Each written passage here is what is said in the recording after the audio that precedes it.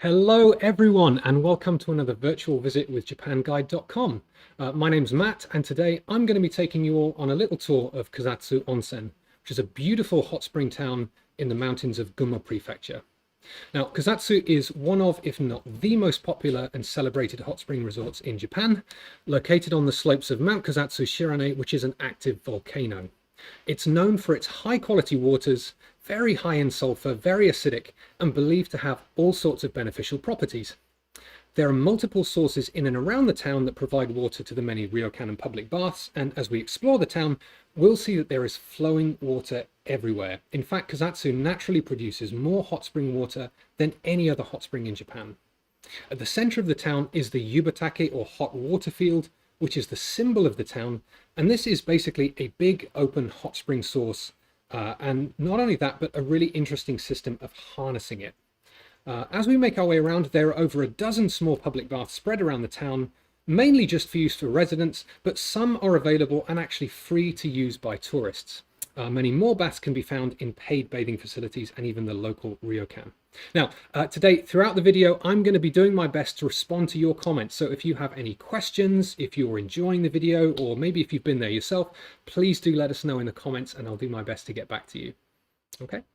Right. So, quick note on access and how to get there. For most people, the easiest way to reach Kazatsu Onsen is to take a direct limited express train from Ueno Station in Tokyo to Naganohara Kazatsuguchi Station, which takes about 2.5 hours. From there, you can change to a 30-minute JR bus into the town center, and the whole journey is covered by the Japan Rail Pass. So people visiting the country, if you're using the Japan Rail Pass, that's probably the best way to get there. For other ways to access Kazatsu, please check out our Kazatsu Onsen page on JapanGuide.com, which also has lots of information there. So I can see there's already lots of people joining us today. So hello everyone. Hope you're having a great day where you are, and let's get started on the video.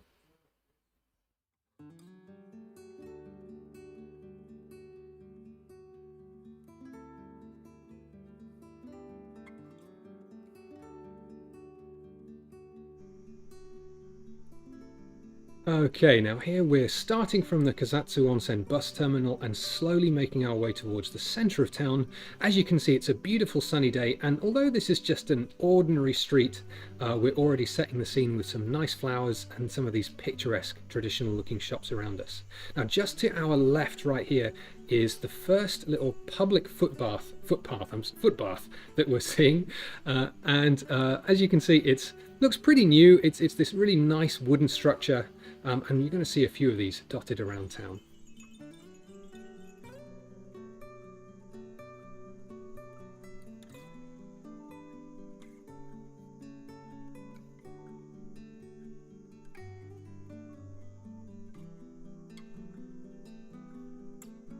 Now, just as I was making my way along this street, this beautiful traditional building on the right just jumped out at me.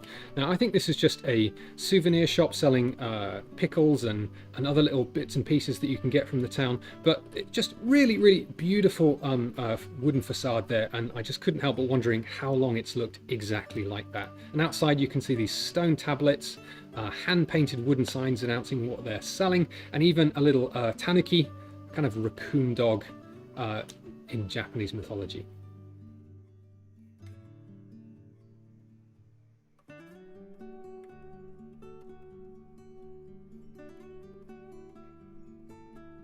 Now we're now almost at the center of town, and we just came through this really nice wooden covered walkway with more of those hanging wind chimes. These are called furin, by the way, and you often see those hanging in kind of hot summer days, and the idea is that just by their chiming, by swaying a little bit in the breeze, they give you a bit of a cool feeling, even if it's really hot. Now this really nice walkway and this little rest area to your left, this is all part of a plan by the town to beautify itself.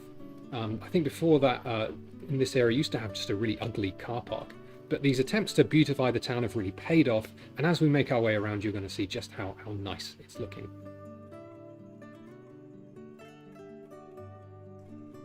So Doug I'm sorry if I'm pronouncing that wrong, asks, are hot springs opened with the COVID situation currently? Well, this was filmed really just a couple of weeks ago at the end of July.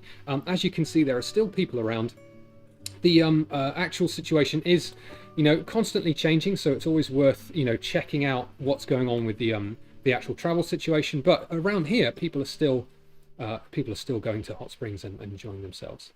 Now, right now, we've just got to the Yubataki, that large open hot spring source right in the center of town. And this is where, hot water bubbles up at temperatures in excess of 70 degrees and then is channeled along these sort of wooden channels, I guess you would say, so that they can be used by the ryokan and hot spring baths throughout the town. Now, just on the stone railings along the side of the Yubataki, they have the names of lots of famous people that have visited the town, from poets, sumo champions, and even a prime minister or two.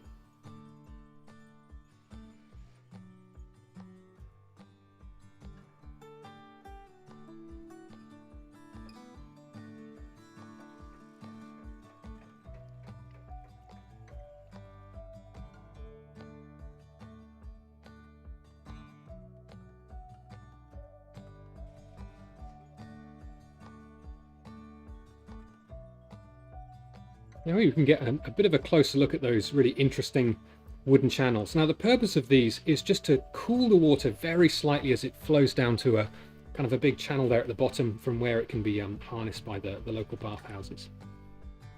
So we make our way along. You can see there's all these really interesting, intricate designs in the pavement. I'm not quite sure what they signify, but I suspect it's all about flowing water. Right here we're just coming to a little viewpoint where we can appreciate the kind of intricacy of this sort of traditional looking wooden system a bit more.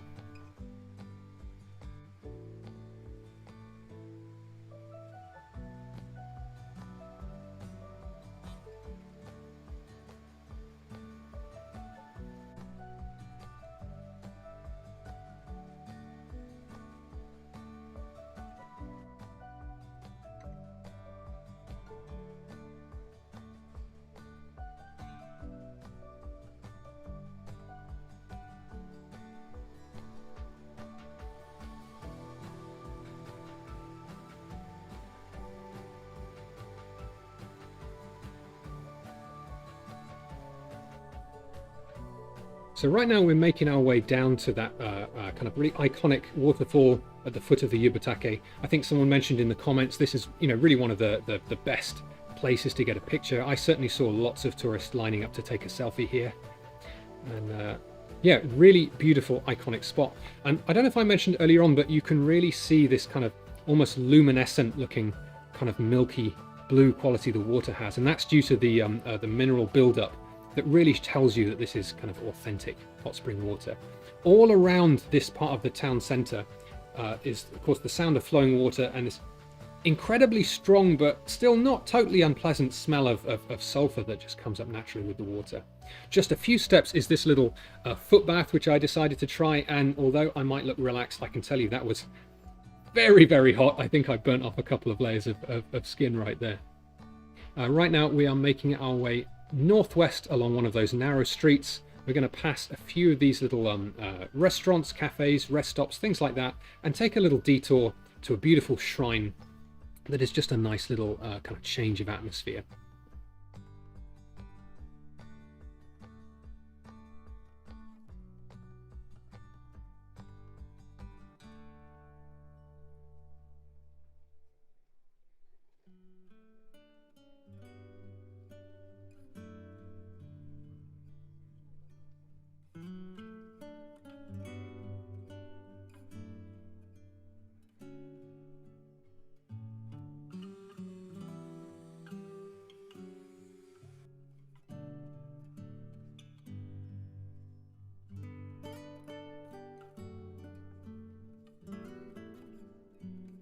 So right now we're making our way up some stone steps to the just to a nice little shrine, and even though we're really just around the corner from the town centre, there's this instant change of atmosphere.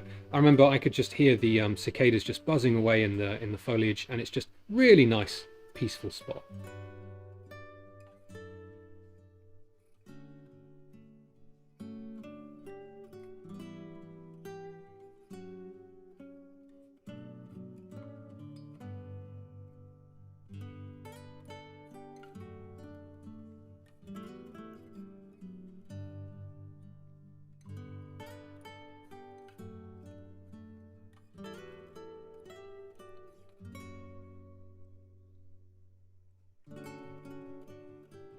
Okay, so right now we're approaching the Shirane Shrine, named after the Kusatsu Shirane volcano, which is on the slopes where we're located. Just looking at these lovely little hanging omikuji and the purification trough right here, where you just would purify your hands and maybe rinse your mouth before entering the sacred precinct. I thought this was a really, really nice little spot, going down this nice little paved path surrounded by stone lanterns.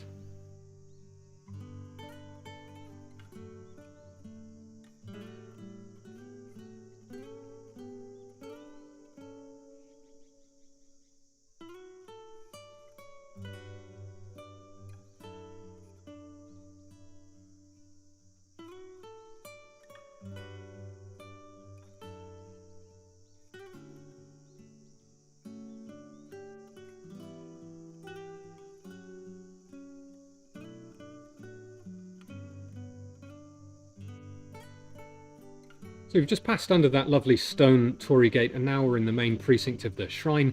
As you can see, it's got this really quite attractive little front, and like a lot of shrines around the country at the moment, there are these two stone lion guardians, which I guess to show solidarity around the country are wearing masks, which I thought was a nice touch.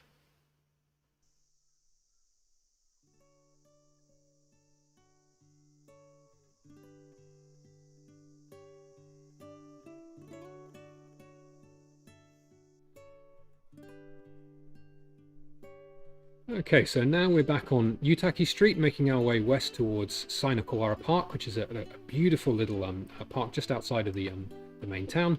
And as you can see, there are more of those nice little shops and restaurants. And up ahead on the left is a really interesting little public bathhouse called the Gunma Noyu.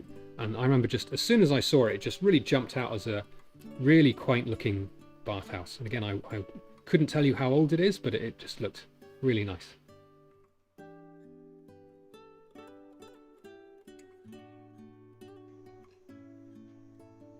Right now we can see one of the staff members at a local restaurant preparing buckwheat dough used for soba noodles, which is just a really good way of advertising how fresh those are, and it certainly made me feel like trying them. To anyone who's actually just joined the stream, just to recap, we are checking out Kazatsu Onsen, which is a beautiful hot spring town in Gunma Prefecture. So thanks very much for joining us, and I hope you'll stick around.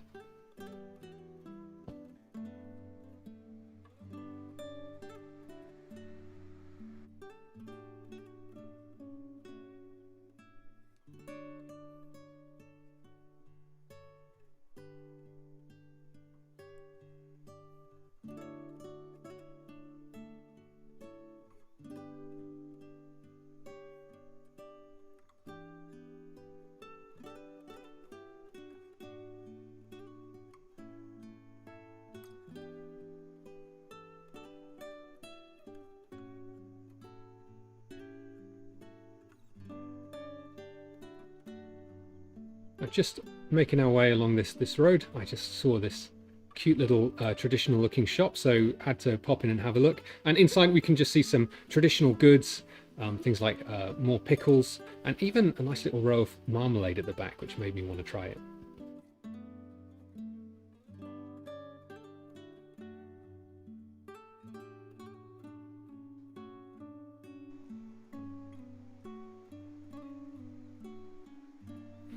So right now we're approaching Sainokawara Park, which is a beautiful valley park just outside of the town centre, surrounded by really attractive forest with clear streams and some more of those open hot spring sources and hot pools with water bubbling up. It's a really nice spot to sort of have a bit of a wander around. I think it'd be a really beautiful place to explore for the autumn leaves a little bit later on. And it's also perhaps worth explaining a little bit the kind of significance in mythology that this name has. Now, Sainokawara is the riverbed where souls often find themselves after passing away, similar to a kind of purgatory before being able to make the journey to heaven. And in Buddhist mythology, there is a Bodhisattva called Gizo, whose job is to essentially rescue souls, especially the souls of little children. I guess it's just because of people visiting this place and being really impressed by the atmosphere of it and just how magical the place can look. But because of that, as we make our way around the park, you're going to see lots of little Jizo statues referencing that mythology. Here's the first really nice little foot bath that I took a dip in, and I was very happy that the water there was a lot more manageable than the one in the town centre.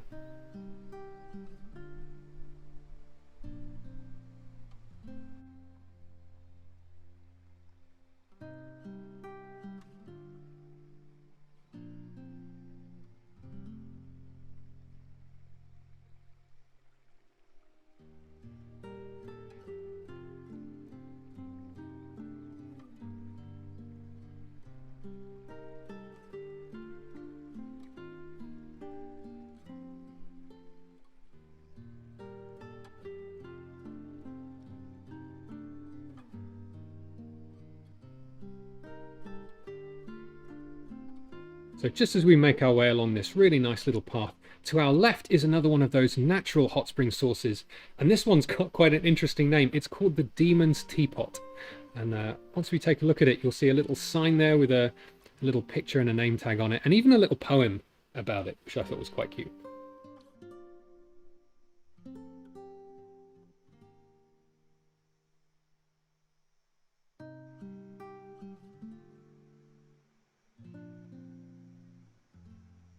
And as Joy in the comments just mentioned, yeah, in the distance you can probably just catch a glimpse of a torii gate. Now the next thing we're going to check out is this beautiful little shrine called the Kusatsu Anamori Inari Shrine. Now this was made in the Meiji period by the owner of a famous dyeing shop in Tokyo, who came to Kazatsu to convalesce and use the waters, and when he recovered he was so grateful that he paid for this shrine to be built.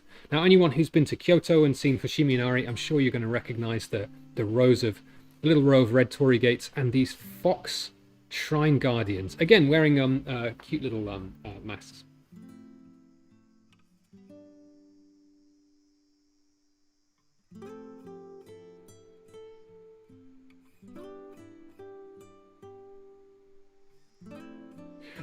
See, Kubrick Lover was asking me if I had to take my feet out of the bath at some point, or did I just leave them in there the whole time? Well, I had to give myself a bit of a rest. It was very, very hot, I can tell you. Although the ones in the park, perhaps not so bad. First time I used the foot bath in the town centre, I got a bit of a shock. So coming back to that mythology of the Sinakawara River, we just passed by a row of little Jizo statues. You might notice the red bibs that they wear, which is quite a common feature.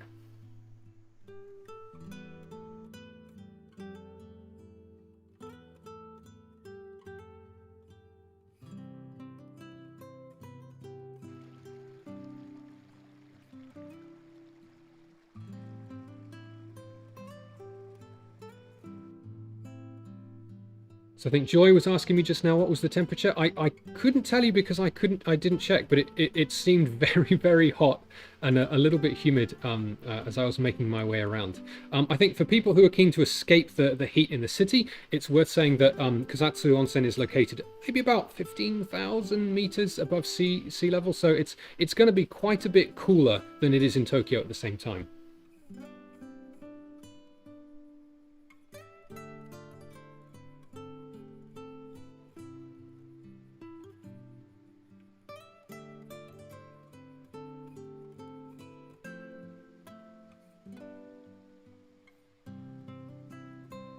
So here's one, for me at least, one of the highlights of Sinakawara Park, which is this lovely big open footbath, again just surrounded by lovely forest scenery and the sound of flowing water.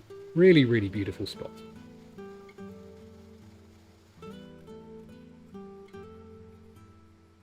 Now here is, just adding to the atmosphere, there's a statue of Gizo, the Bodhisattva, actually in the act of rescuing a child from purgatory.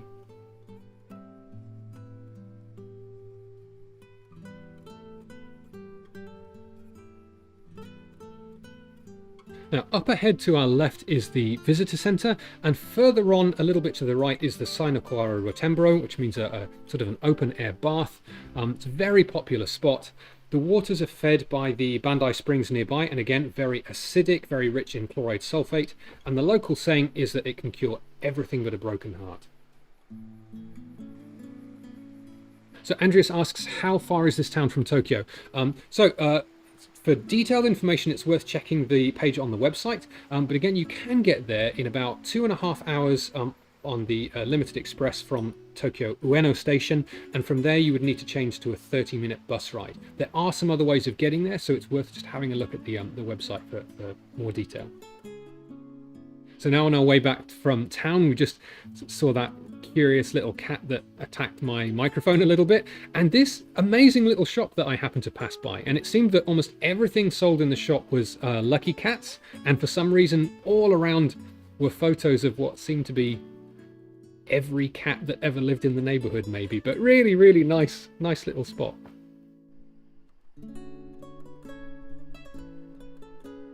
So now we're just a little bit further down the road, and I happen to go past this really nice looking great big ryokan, which I found out is called the Naraya ryokan.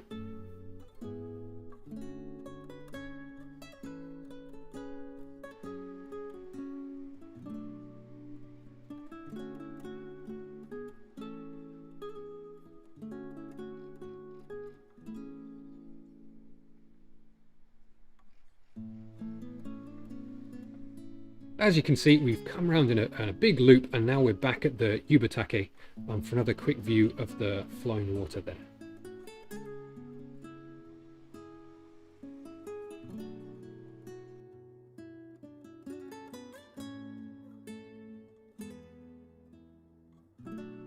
So by now it's lunchtime, so I decided to make a little stop at the Oyadohira no Iya, I think I'm pronouncing that right, which is a nice little restaurant to try the local speciality of maitake, which is mushroom tempura along with some cold soba noodles, which is just really nice, really refreshing thing to eat on a hot day.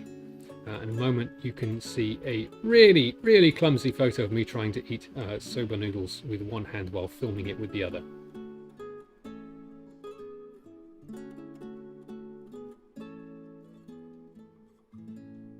So Joy asked just now, any suggestions where to stay overnight? I couldn't tell you, to be honest, because it was just a day trip for me, but just walking around there, you can see that there's just such a nice collection of places to stay. So I'm sure you'll be able to find something really good.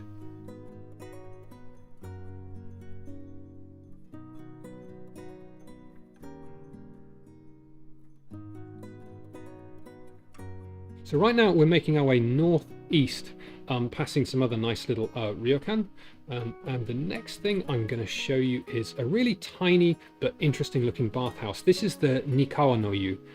Really little cozy spot, and apparently it's known for being very hot.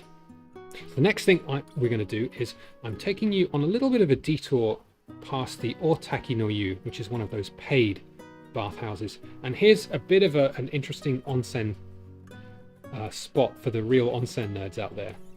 Now, the water produced by the natural hot springs in the town is highly acidic, as I mentioned. It's around pH 2.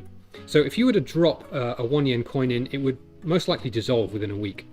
Now, with it being this acidic, it can actually create problems. It can erode structures. It can make farming basically impossible if it was allowed to continue downstream. So at this little facility with those 3 large tanks, the town actually adds lime into the water to neutralize it.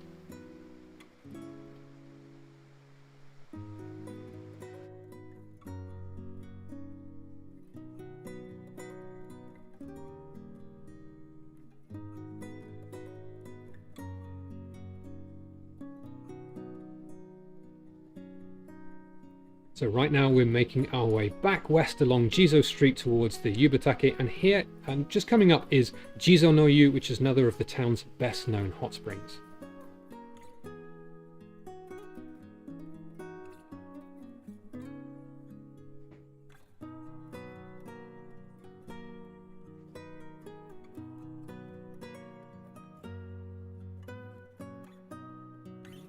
So this right here is the Jizonoyu bathhouse, and just in front of it is this lovely paved area with another one of those really nice looking foot baths with more of those wind chimes, and just behind it you can actually see another one of those actual hot spring sources.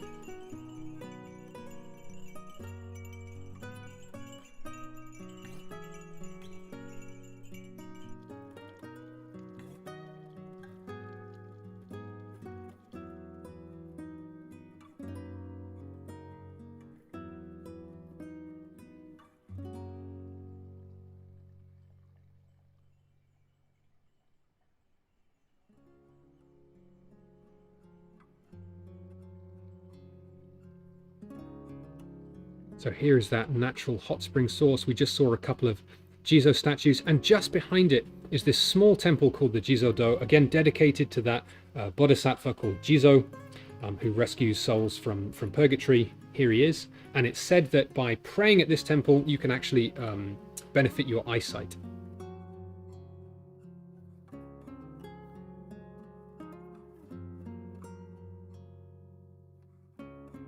So as you can see, we're now making our way up this really nice and very new flight of wooden steps, and we're heading towards a very new part of town called Kusatsu, which is just very recently been developed. Up ahead are these two beautiful buildings, kind of a really nice mix of modern and traditional architecture. And one of these is a cafe and the other is actually a manga library. So free to use by the public. So if you come and stay here, you can relax, have a nice little stroll around town, and even enjoy a bit of peace and read a manga if you like to. Now, with this area being very newly built, I can tell you as I was walking along here that the beautiful smell of wood was absolutely everywhere. So definitely a place worth checking out if you decide to visit.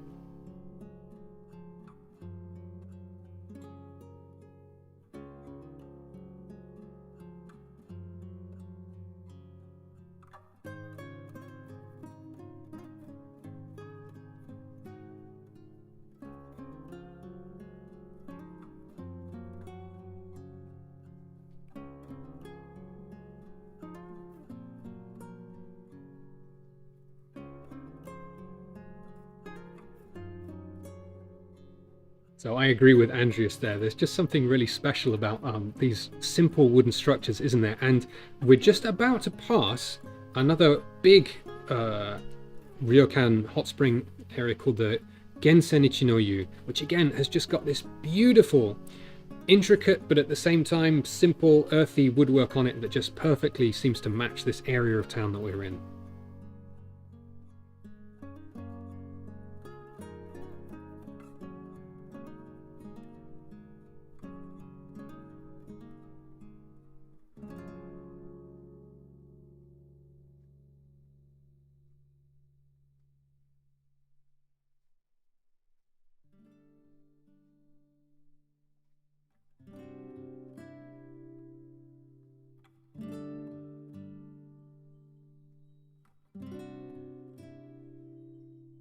So Kubrick Lover 1972 is asking me if people there speak English. I didn't have a huge amount of interaction with the locals. I didn't get the sense that there was a lot of English spoken, but I could be completely wrong. Certainly if you were to stay overnight at a ryokan, I'd be very surprised if there isn't going to be some degree of English spoken.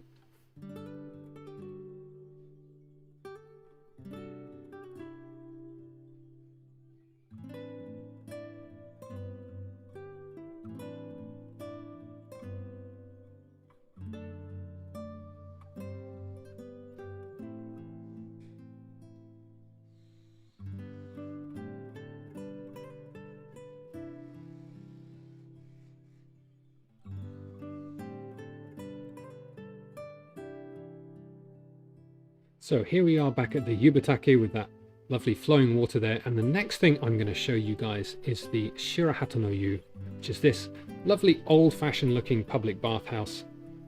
Again, really nice, simple architecture, and again this is another one of those that's free to use by the public. And just across from that is the Shirane Gensen, which is the actual source that that hot spring water comes from. So you can see it's been built around and you can go and take a look. And just to the right is the Jizonoyu, another very nice looking hot spring public bath.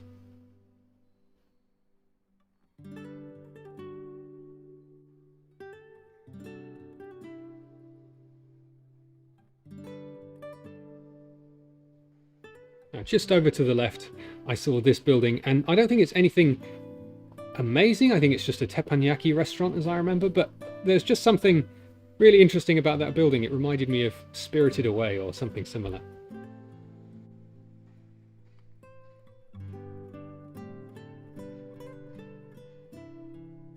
Now right now we're making our way up the stone steps to Kosenji, which is a Shingon Buddhist temple really close to the town centre overlooking the Yubataki.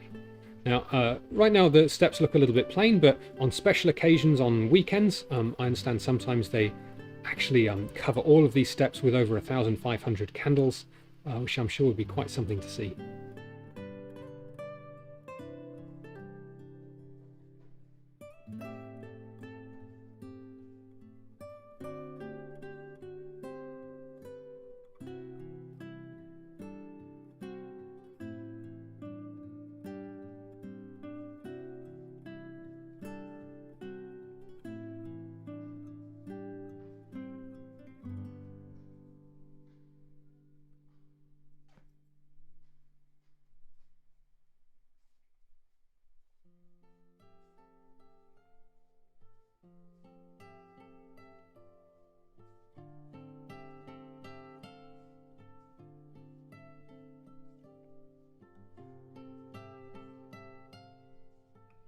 So we've just arrived at this little spot, just a little bit low, just a little bit below where the main building is. And this part is best known for these 5 small stone towers.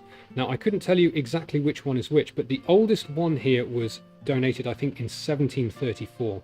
And it's said that if you say a special Nembutsu or Buddhist chant in front of one of these, you can get a kind of a special protection.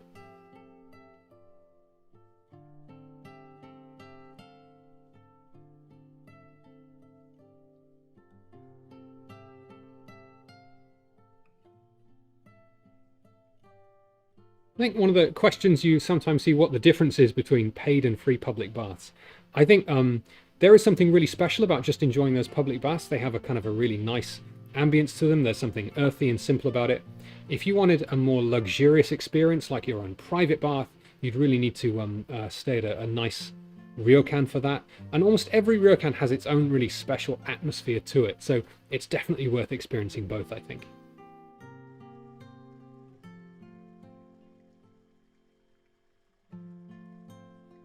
So, I'm sorry, Joy just commented on the 2 types of stairs there. Now, I'm not quite sure what the relevance is, although I'll look into that in a little bit later. But I know that when the stairs are actually illuminated, the wider space to the left is where the candles are placed. Now, there's this really striking red building with this beautiful thatched roof.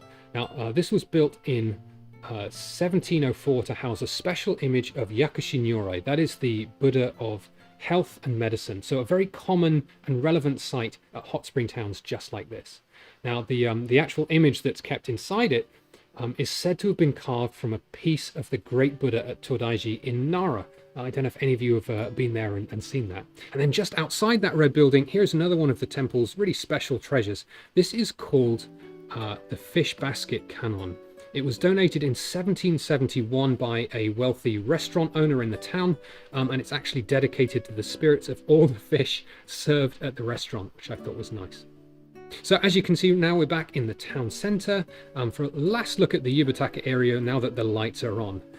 So, you know, no really special illuminations or anything, but I think just having it lit up like this really adds a special atmosphere to the place.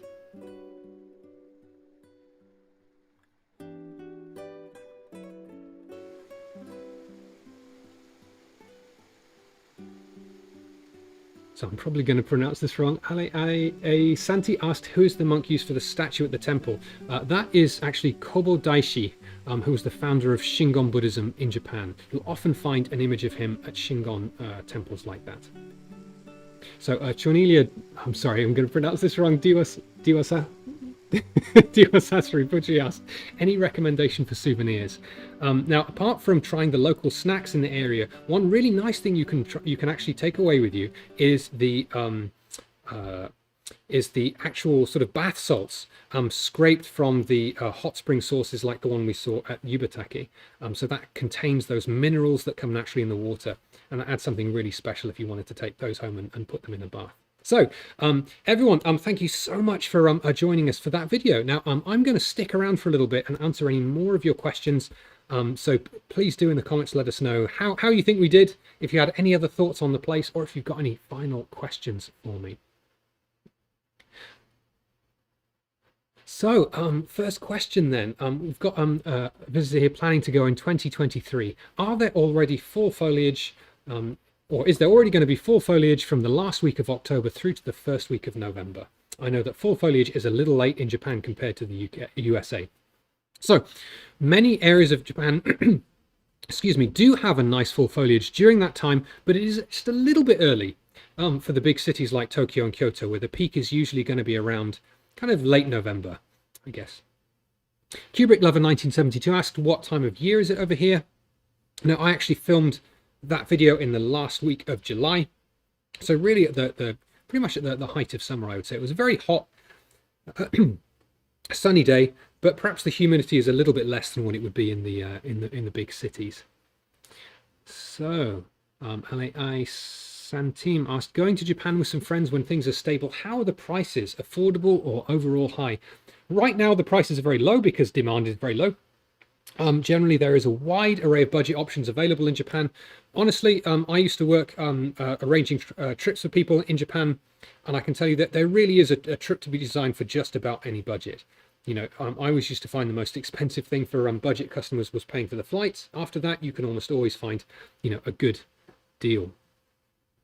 I think a few of you were also asking about the best time to visit, and that's really, I feel like there's no especially bad time to visit. Summer is a really nice time to get a break from the heat of Tokyo. As I mentioned, it's a little bit higher, not quite so hot, not quite as humid, but it's still going to be, you know, if you're going to use it for the hot spring baths, it's still going to be very hot, very warm, so that might not be for everybody.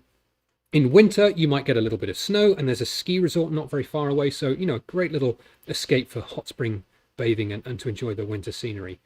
Spring and autumn also both very, very nice.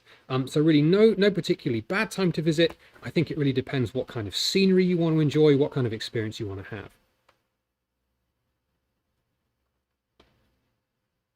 So Kubrick Lover 1972 asked, are there some onsens that would be comfortable to Westerners? Now, that's a really, really good and slightly complicated question. I think it's if you're interested in experiencing a more traditional side of the Japan experience, staying in a ryokan is a really wonderful experience.